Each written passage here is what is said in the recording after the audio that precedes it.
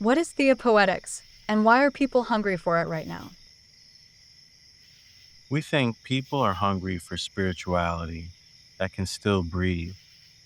Many inherited religious systems became overly rigid, overly certain, overly disconnected from imagination and lived experience. Theopoetics emerges as a response to that exhaustion. For me, Theopoetics is not simply poetry about God, it's the crafting of sacred meaning through imagination, metaphor, story, symbol, art, embodiment, and lived encounter. It allows spirituality to become relational again instead of merely doctrinal. Where did the metaphor of an old smelly box come from?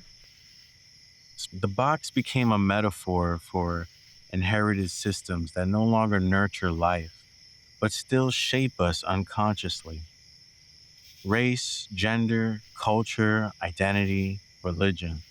Many of these structures were handed to us before we had language to question them. And over time, they began to smell. Not because identity itself is bad, but because rigid systems decay when they stop evolving and growing.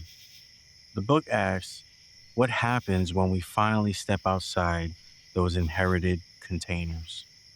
How has your spiritual journey shaped your understanding of healing?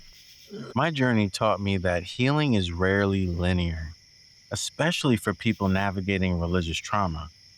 Healing often involves grief, anger, reconstruction, imagination, and rediscovery all at once. That's why the book uses oscillation and repetition. Healing spirals. It revisits, it returns.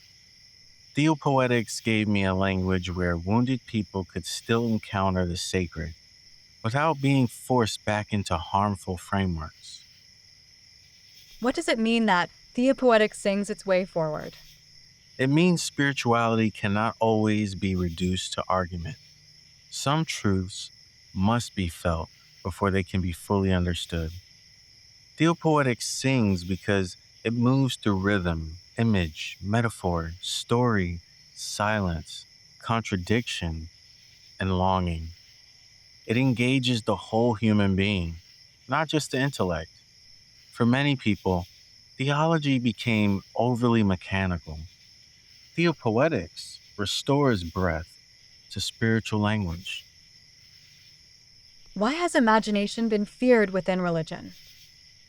Because imagination is dangerous to systems built on control.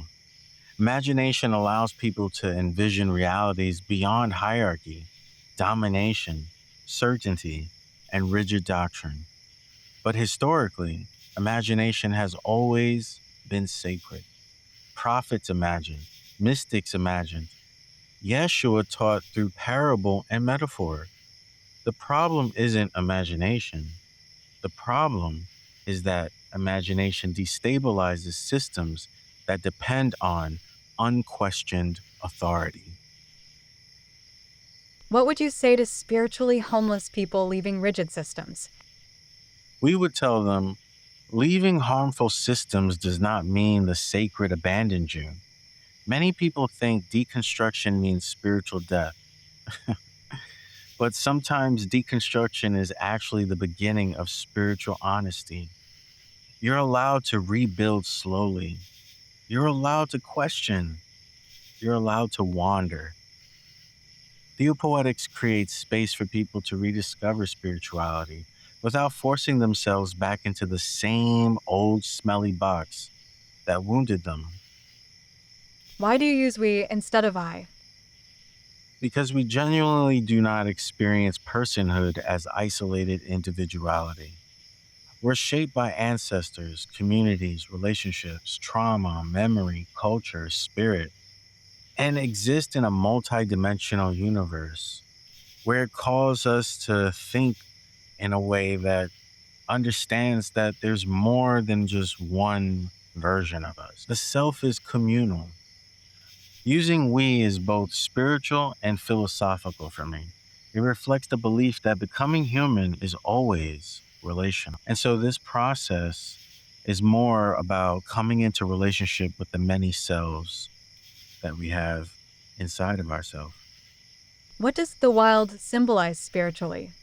The wild represents the sacred beyond domestication.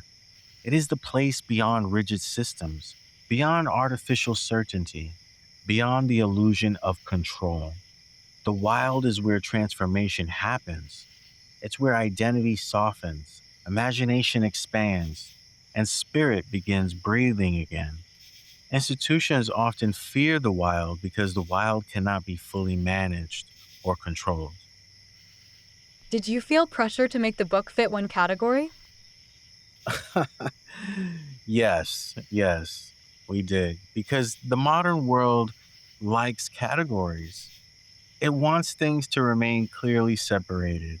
Theology here, philosophy here, poetry over there. But the book itself argues against rigid containers. So the form had to embody the message.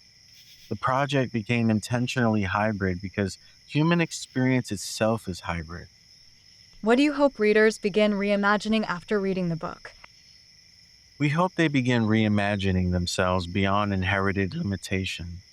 We hope they begin questioning the systems that taught them who they were supposed to be. But more importantly, we hope they rediscover wonder, because liberation is not only political or intellectual, it's imaginative.